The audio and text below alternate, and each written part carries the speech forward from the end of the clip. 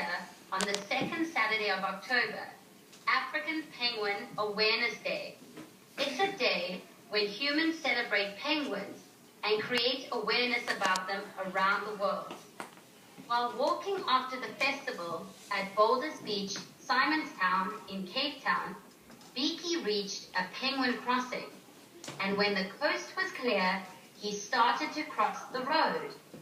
Whistling a happy little tune that matched his happy little bill, Beakie was thinking about that awesome sardine he had had for lunch. Suddenly, a car came zooming around the corner.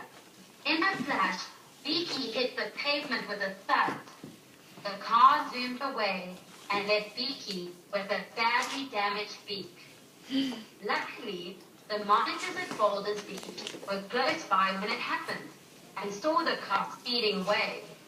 It was too late to catch up with the driver, but they picked Beakie up and put him in a box and drove him off to Sandcog, an interview where brave little Beakie was admitted by the staff and volunteers.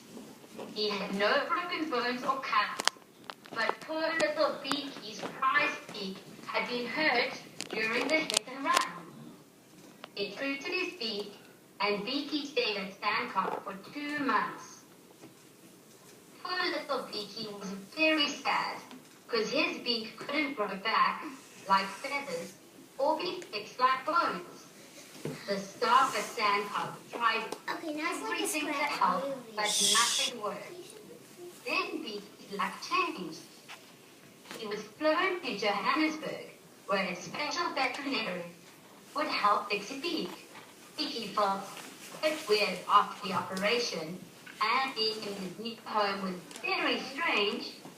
Beakie was now staying at the National Zoological Gardens, Betty and Gracie, Victoria, near Johannesburg. For the first few months, Beakie chose to keep to himself, and he didn't hang out with any of the other penguins in the zoo. In his new home, Beakie began swimming in the pool, his new favorite activity, and quickly adapted to his injury, even learning to eat fish properly in just 3 weeks. After a few weeks, the zoo team noted that Beakie had a new friend, Treasure, a 1.5-year-old male African penguin. The two were always together, cuddling up together and feeding each other in new nests. It warmed the hearts of the keepers to see that the usually shy Beakie had finally found a friend. Months later, however, Beakie's behavior started changing. He was not swimming as much as he used to, and he spent most of his time lying in his nest. Extremely worried, the veterinarian was called to examine him. The morning before they arrived, the zoo team had a look in the nest to check on their patients. Much to their surprise, they found Beakie huddling over a freshly laid egg. The team realized that Beakie was not sick, but he was in fact a girl penguin.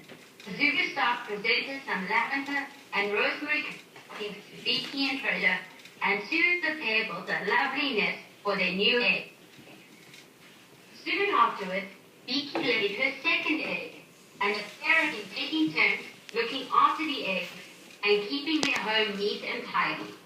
Beakie now has a huge appetite and fights ways with a fish bucket on days when she is not nesting on her egg. It has been quite an adventure for Beakie, considering all that she has been through.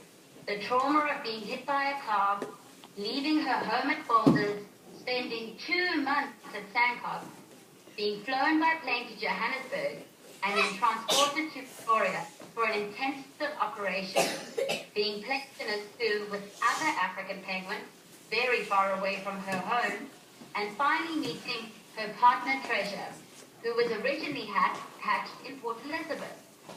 Beakie's story shows just how strong the endangered African penguin is, and how there's lots we can do to protect them.